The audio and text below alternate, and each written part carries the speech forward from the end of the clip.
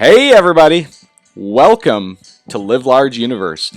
John Farian here, ready to rock and roll another episode. We are at the LiveLARGE Universe episode 19. For those who remember, we used to call this show John Farian Live. We decided to mix things up a little bit and go back to the original focus, which is living life to the fullest. Make the most of every day, make a difference to others, and here we are, living large. So somebody I know who likes to live large, our dear friend, Jess Britt. How are you doing, Jess? I'm awesome. Thanks for having me. That's awesome. That's awesome. Remind everybody, or don't remind everybody, remind me, but tell everybody, where are you tuning in from here on the show live? You're coming in from? Valdez, Alaska. Alaska. So it's actually 1 hour earlier there. It's just 6 p.m. there in Alaska time, if I remember right. 7 o'clock here. So we've got Ian McNichol tuning in from Canada. So Ian, you know the routine, and remind everybody else. Drop in the comments. Let everybody know what to do. They're going to let us know in the notes here where they're watching from, because if they comment on the show, and Jess, bear with me, I'm going to cover you up for a minute because I've got some exciting things to show some folks. So check this out, everybody.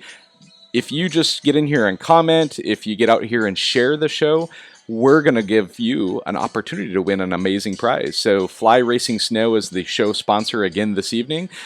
Zone Pro Snow Goggles, $100 value, and these are amazing goggles, folks. This color, the red with the chrome lenses on them, that's exactly what I was wearing yesterday up at Bear Paw when Edith and I were shredding the POW, more like spring snow, so it was kind of like slush, but who's keeping track anyway? So Fly Racing Snow Goggles, just for sharing the show out, so please share it out and let us know in the comments where you're watching from. We have Jessie Bradley here from Willow, Alaska. Jess, where's Willow, Alaska compared to Valdez? How far away is Jessie from you?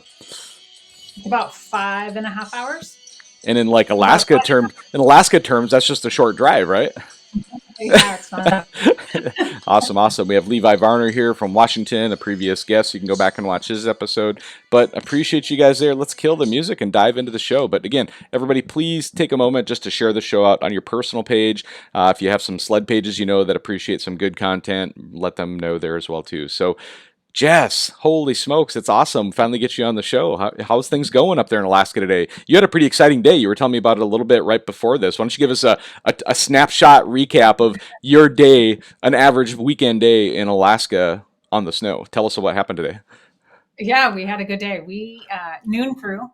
In the spring, it's pretty much noon crew status. We don't take off until 11 or 12 because we get light until 9, 10 o'clock. Yeah. So it was about noon by the time we left the house and took off. We had great spring, super soft, good snow, and we had some great light. Took off on the snow bikes, and we had one sledder with us, which was fantastic. We had my husband's dad. And took off, went way back in the backcountry, rode for a while, and then my husband's snow bike is having some fuel pump issues, so we got way in the back, and then it wouldn't start, and kind of messed with that for a little while, and then it finally got going. Well, let's be honest, nothing ever breaks right outside the parking lot by the truck, right? Like, that just doesn't happen. Yeah. Why would it? Right. I mean, karma says if it's going to break, it's going to be 30 miles from the truck or 20, however far out it was at the end of your zone, right? That's the way things work.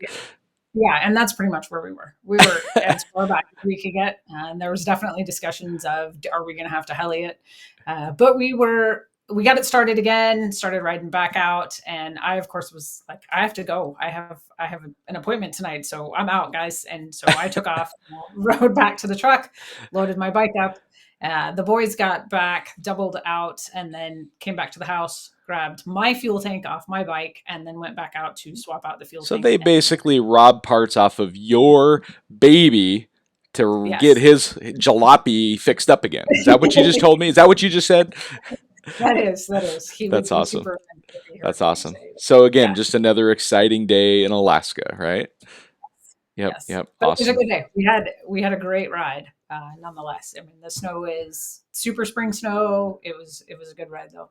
Very cool. So, hey, let's make sure everybody gets a little bit of chance to get to know you better. And so give us a little bit about your background, maybe where you started this crazy life of yours that you've now ended up in Alaska, but it didn't always begin there. So give us a little background on yourself and kind of the evolution of how you ended up in Alaska, married to, teaser here, an freestyle athlete, an ex-athlete from the X Games. So Yep. pretty amazing. So let's talk through that story. Sure. So I was born and raised in Colorado.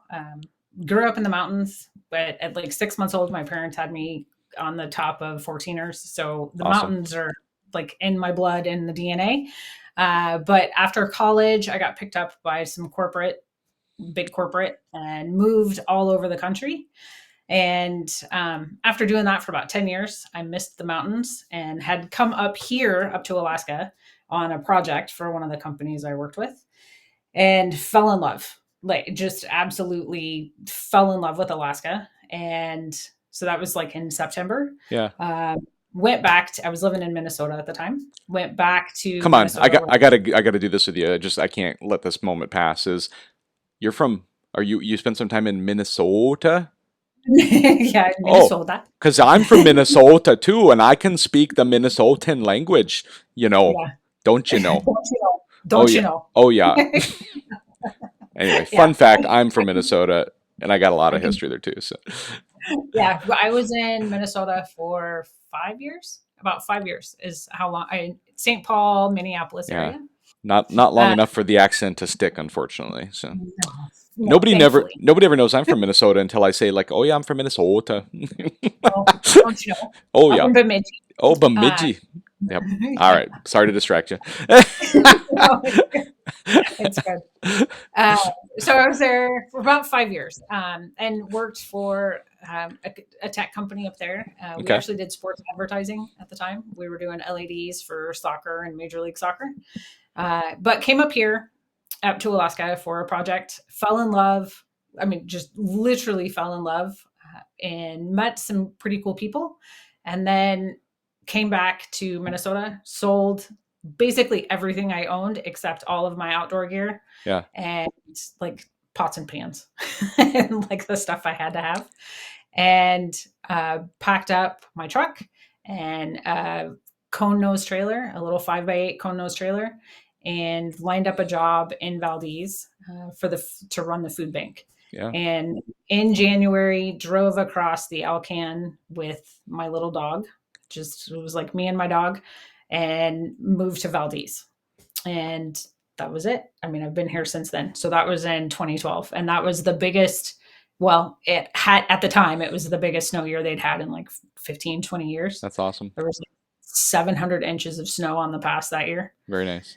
And so the first year I was here, I spent the majority of my time on the pass. And at the time I was a backcountry skier. So I would, skin up the pass and ski down. And I thought I knew So how to let's ski. pause here for a second too, because you just said something that's not a super familiar term to all of us motorheads. And so I'm gonna positively call you out as you weren't always a snowmobiler or a motorized user in the snow, were you? So it's actually a pretty cool transition that's part of the story that you're about to get to. But I love the fact of people who were non-motorized converting to motorized, or people like I literally yesterday was up in Bear Paw here, and we ran into a group of 4 guys that were up on snowmobiles that were sled skiing. And so that transition back and forth, I think, is a long-term healthy thing for our sport when people have that visibility to both sides of backcountry winter sports. So awesome. Yeah, the first year that my husband Ryan and I were together, he would, give me sled bumps back and forth, and I would be in like my ski boots and trying to ride the sled, and it was just torturous. This is awful. And then I just finally ditched the skis. Very good. I was fully converted. Yeah. So you told me a little Yeah. bit on the phone earlier about your meeting of Ryan and how your first date went. Give us a little insight there.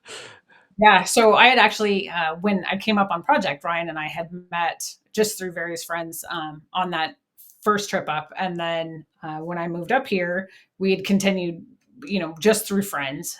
But it was, like 10 months after that before we actually started dating or hanging out. But our first date was a sled trip. Very cool. And he took me up what's called Hog's Back. And it's, it's not gnarly, but there is one section, excuse me, where you have to go. It's called Over the Spine. Okay. And it's So like one section you drop off like 5,000 feet, the other section's like 6,000 feet, and it's about as wide as a sled. And that was my first real backcountry sled trip. And that was our first date. And I was, petrified. And he was on the other side of the spine, Hmm. and I was at the top shaking my head no. And he's looking at me, telling me, doing this like, turn your brain off, turn your brain off. And I'm like, no, I'm not going to do it. I'm not going to do it. And then, of course, I did it, and I went through, and it was fine. And there was lots of stucks, because it was super deep how, and I Yep. didn't really know what I was doing. But we ultimately had a great time and got through it. And he was insanely patient, which I was shocked by because I thought I was an absolute mess. But he did great, and I evidently did okay because we still ride together, and we got married. So we had a great time. Yeah. But that was definitely the most interesting first date I've ever That's had. awesome. Awesome. And so you started out on snowmobiler, it's snowmobiler, right? On a snow machine, a snowmobile, Alaska it's snow machine, right? Am I correct there or no? Yes. Yeah. See, Yes. there's all these nuances of wherever you're at in the country. Like you and I were just talking right before the show. It's like, is this a beanie or is this a toque? Like Ian, he would call it a toque. Todd Swing, Hmm. Minnesota, he'd call it a beanie. You and I call them Yeah. beanies. Anyway, all I good. call it being. All Yeah. good. But let's talk about your transition into snow biking. So you went from being a snowmobiler to a snow biker. Tell me a little bit about that and let us know what you're riding now. So it was 2 years ago. So I'd been riding a sled, snow machine, for the last 8 or so years, and I had gotten decent.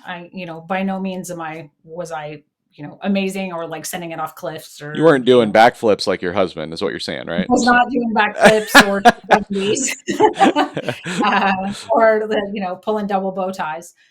But I was, I had my sled dialed the way I finally liked it. Had some great shocks, and I was comfortable and could ride with the big boys. Yeah. And I, was having a good time. So for my birthday 2 years ago, Ryan bought me a new bike and a new kit, a new timber sled kit. Okay. And literally once I got on that, I did not get back on my sled, and I ended up selling my sled that spring Nice. just because it was so much more fun. And I've always, I grew up on motorcycles with my dad, Felt very and familiar then. yeah, it was super familiar, super comfortable, and I just had so much more fun. And I could get to places more easily. I could follow Ryan and the big boys into places Yeah. more easily, just as, as fast, and be more comfortable on the snow bike. Very good. Very good. Awesome. That's awesome. And so let's, before we jump into kind of the main topics tonight, talk a little bit about, you obviously have a day job, but then you have a little bit of a second job too. Give us a highlight of what your day job is. And let's go into kind of your secondary role that you play with the Action Sports Club. But yeah, talk us through that quick. Sure. So during the day, my day job, the one that pays the big bills, I work for a telco software firm. Very cool. I'm a director for managed services. So we handle the what they call BSS OSS. So it's the business software systems and the operational software systems Yep. for major telco carriers. I always Which find this interesting. That's because like that's the one thing about snowmobilers is like it's such a diverse group of people. Like frankly, most people have no idea. I work for Microsoft and I'm a sales guy and account manager for Xbox for the GameStop account. And so that's my day job and what pays the bills. And, there's a ton of people who are into construction. There's a ton of people who, do farm during the summertime and they're off in the winter. But it's always interesting to me to hear kind of, what everybody does outside of their passion of snowmobiling because I think it's so neat that it ties us all together and we're such a diverse group of people. So absolutely, awesome. absolutely. It's fantastic. I mean, and there's teachers and Oh, oil yeah. and gas. Yeah, Anything it's you can imagine. Yep. Anything for from blue sure. collar to white collar, both. I mean, it's amazing to kind of see the differences. And so, but somehow, some way, you got hooked up with this group called Action Sports Club. Tell us a little bit about them and your role with them. I did, and an amazing group of guys for sure. Yeah. And I say guys because typically I am the only, mostly the only female. So it's Aaron and Tyler and Colton are the guys that are in the group, and I help support them on generally the business side of things, as businesses. kind of my background, Yep. and spend a good part of my time with them and helping support the members of the group and then supporting the guys within the group. Yeah, tell us about what the group is and what the goals are of the group for anybody who might be interested. And I'll just let everybody know as she's talking about it, just know that in the show notes, there's a link you can click on to go to their website and learn more about it if you want to go deeper into it. But just give us a quick brief overview of what it is, because I think it's of interest to a lot of people who watch the show. So, Yeah, absolutely. So the Action Sports Club is really geared to help enthusiasts and athletes in gaining their goals in either sponsorship or um, helping them follow their passion in terms of, not spending all day working on, a day job. How do you want to follow your passion and create that as your lifestyle? very cool. Very cool. Yeah. And if they want to know more, again, click the link and go in there and find out. And so the main part of the show tonight, though, when you and I were chatting, because you and I got connected through the Action Sports Club, I was started seeing and following you there and seeing what's going on. And as I heard a little bit about your story, it intrigued me. And I thought, you know what, somebody who's this excited and passionate about power sports, and all the stuff that we do here, there's got to be a story there. I know there is, right? And so I reached out to you and we started kind of bouncing ideas back and forth. And there were some things you wanted to help share with the group, some of the experience that you have with some of the gear that you ride with.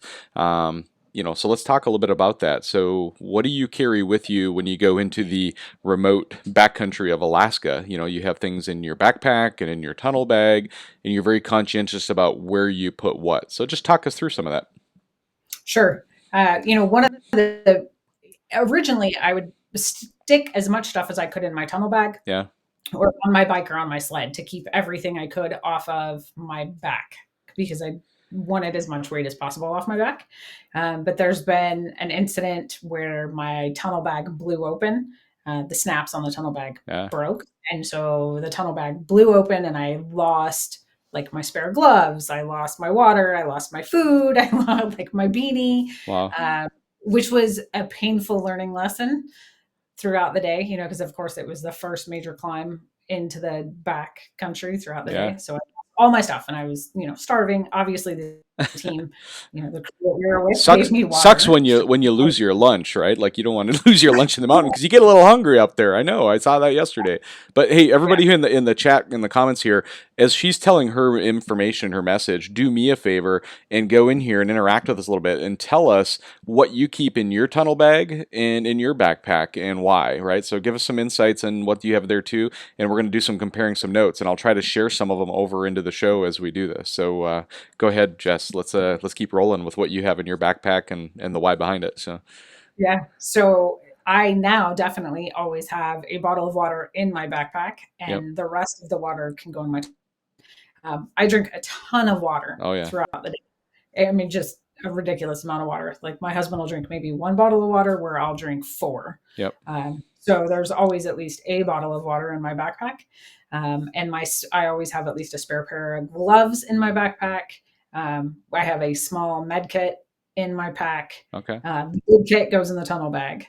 The emergency charge pack, like the jumper pack for Oh, the okay. snowboard, goes in my backpack. Oh, I never thought it. That's actually a good point. I hadn't considered that for snowboarding because I'll just say this all out, and I know exactly what you're talking about, is as a snowmobiler, all the snowmobiles that I'm aware of, most of them have a pull start option on your snowmobile. There's a few Skidoos that came with electric start from the factory that they didn't put the pull start on, but a lot of people add it.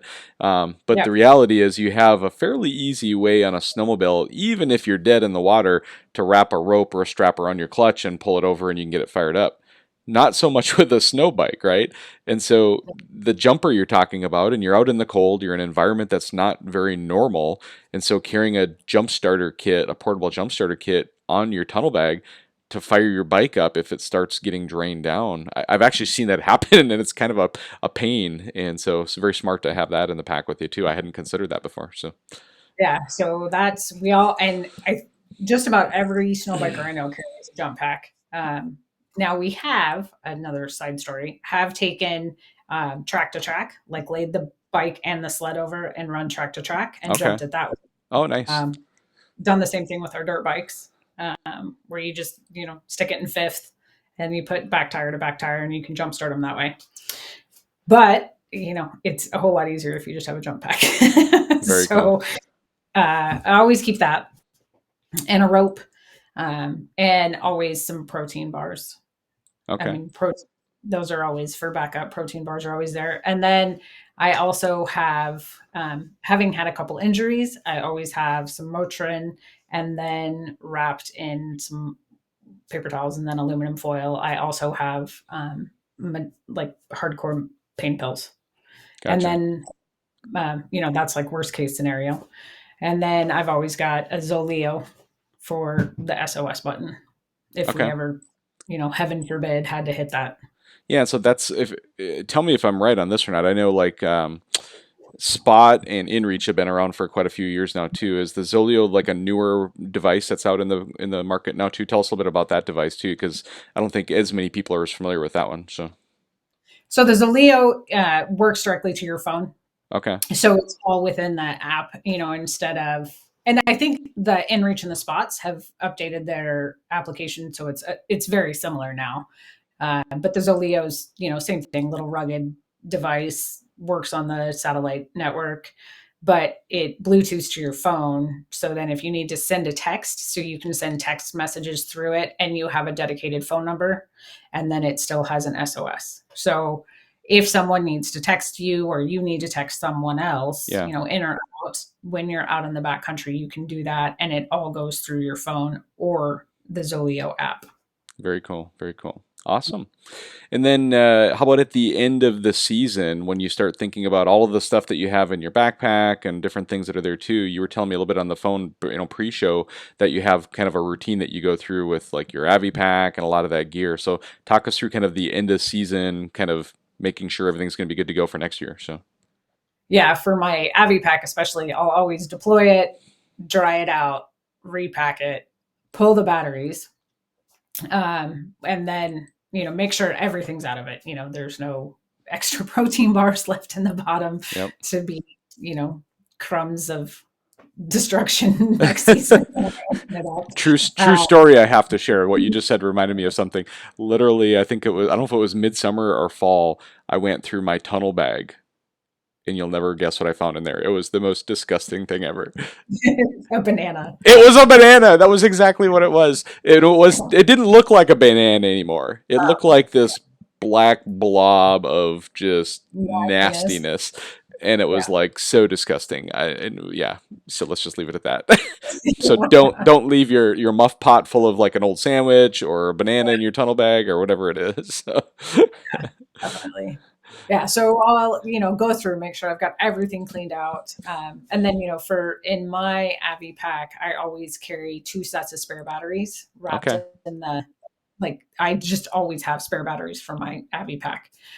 So I'll take those out, and then I take the batteries that are in the pack out, deploy it, let it dry out, open up all the zippers, let everything in there dry out for a day or two, and then repack it and then put it away. Yeah. And the same thing for my beacon, right? Take out the batteries, leave it kind of open to make sure that any moisture that it's acquired throughout the season is dried out, and make sure that that's all put away cleanly. Very cool. Very cool. And like my gear, I wash everything and then I hang it up. I knew I was forgetting something. I wondered why my gear always smelled in the fall. No, just kidding. I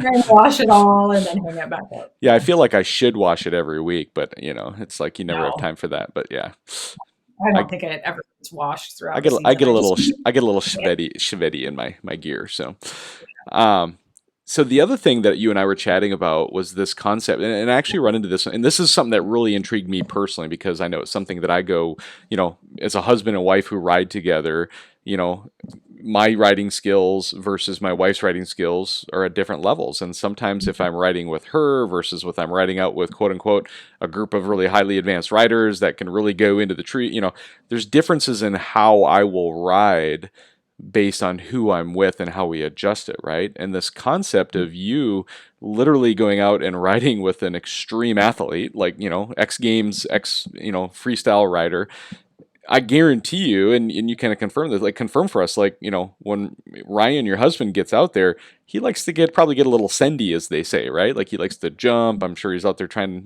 some working on his technique and, pushing himself hard. But let's talk a little bit about if it's the two of you guys riding together versus if you're out with a group of equally highly skilled riders, and how you guys change your day accordingly, right? To make sure that you guys don't get in over your heads, that you don't put yourself in a position where someone may not be able to, get through it very well, right? And so just talk me through kind of how you guys plan your day based on who you're with. So let's start with, if you're out with a group of people, a lot of skilled Mhm. riders that have a lot of good training, what does that normal day look like in your a normal ride day? And then let's shift back to like, okay, you and your husband just want to go out together. So, Yeah, it's a perfect example. So a couple weeks ago, we had, like McNulty and Munster and Randy Sherman and Danimal, and those guys came down for the weekend. yep, Those rides were, get into the backcountry, and then every 200 yards, there was a stop and a send session. There yep, was just a fest for a while. And then when Ryan and I ride, or, if it's just Ryan and I, we ride to explore and have a good time. And he might hit something, but he won't hit it huge because it's just he and I. And heaven forbid something were to happen, then it's just me in an attempt to drag out a 200-pound guy or yeah, pick him, or, he weighs twice as much as I do. And then there's the machines and all of those things, right? And we know that. He knows that. I know that. Like, I mean, worst case scenario, I could do something. I could stop the bleeding. I could set a leg, yeah, and I can hit the SOS button, but I'm not going to get you out of there by myself. I yeah, mean, it's the reality of the situation. I'm yeah, not going to get out of there by myself. yeah, Um, if we're with 5 other people, okay, then you can go throw a 270 or send it 100 feet.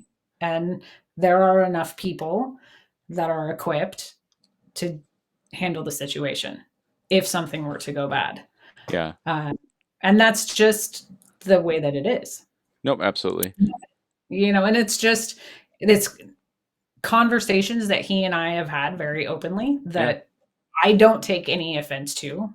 yeah. I have a hard enough time picking my snow bike up when it falls over by myself. Oh, exactly.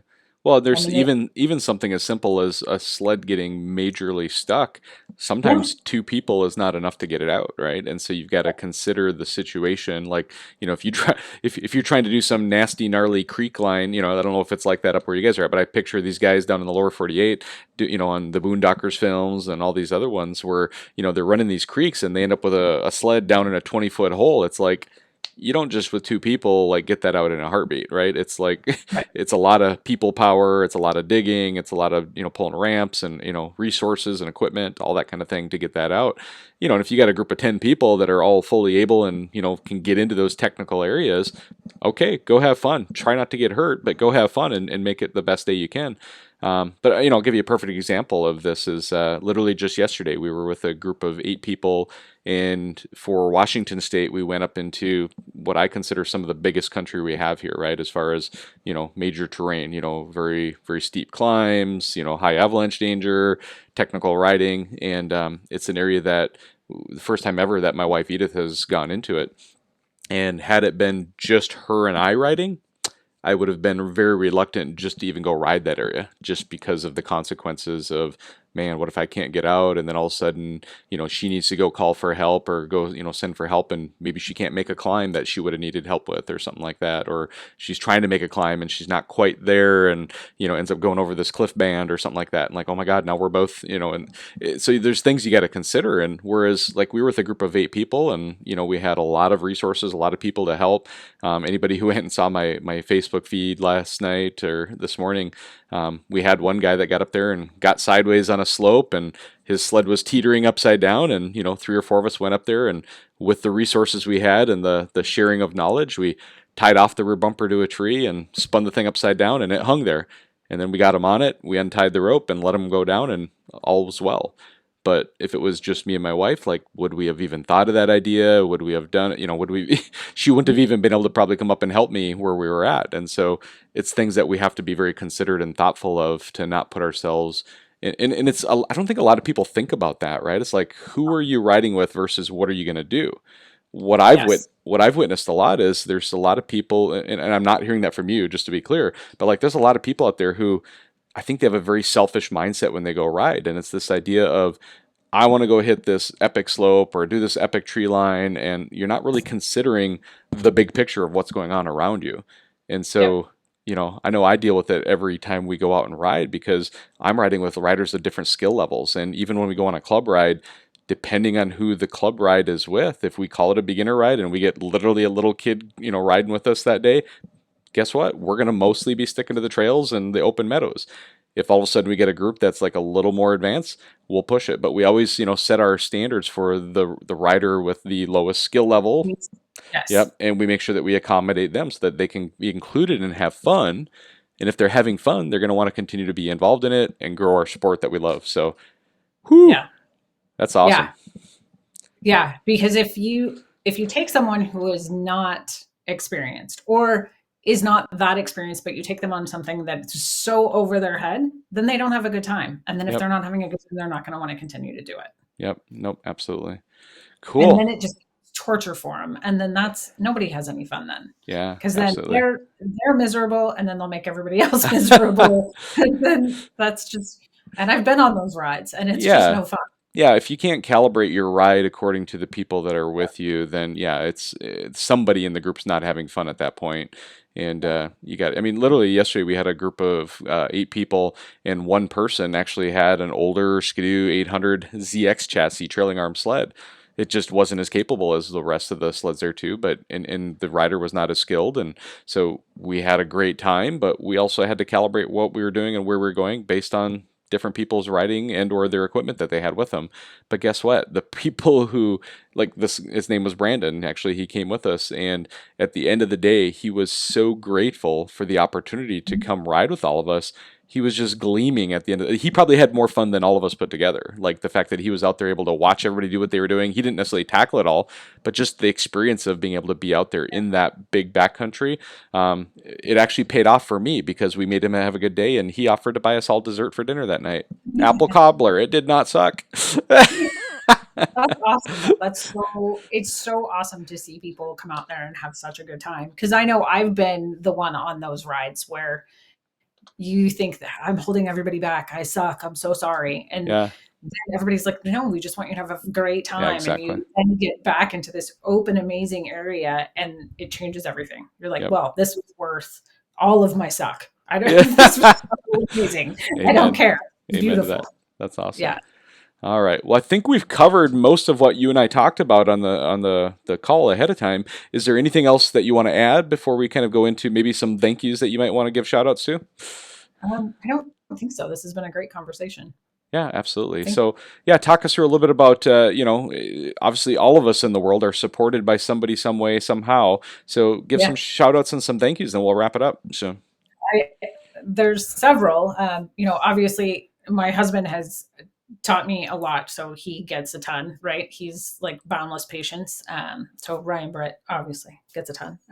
When he gets back down the mountain and gets to watch this nice. with my gas tank and his bike, and then Climb and the Action Sports Club and Ogio and Poirier with the greatest wraps ever. She gets, she's wrapped my bikes and I love her for it. And she does such a great job. Nice. And I ride for my supplements. I couldn't make it through the day. There you go. And thank you. And I said the Action Sports Club. So go check out the link. Yeah. I think I got everybody. I Yeah. probably missed somebody, but I think I got most of them. Very cool. Very cool. Well, Jess, I'm grateful for you being willing to come on the show and share your experiences and your story. And hopefully everybody enjoyed the show and got to know you a little bit better. And they can follow you on, I'm assuming, social media, a few places. Why don't you tell them where they can follow you? Everything is Jess J. Britt. Instagram and Facebook is Jess J. Britt. Very cool. All right. Well, I wrap up every show the same way. And if you've seen it before, say it with me. Drop it in the comments. All right, everybody. God bless you. And Thank have you. an amazing night. Live large. Have an awesome night. Much fun. Thank Bye. you. Bye bye.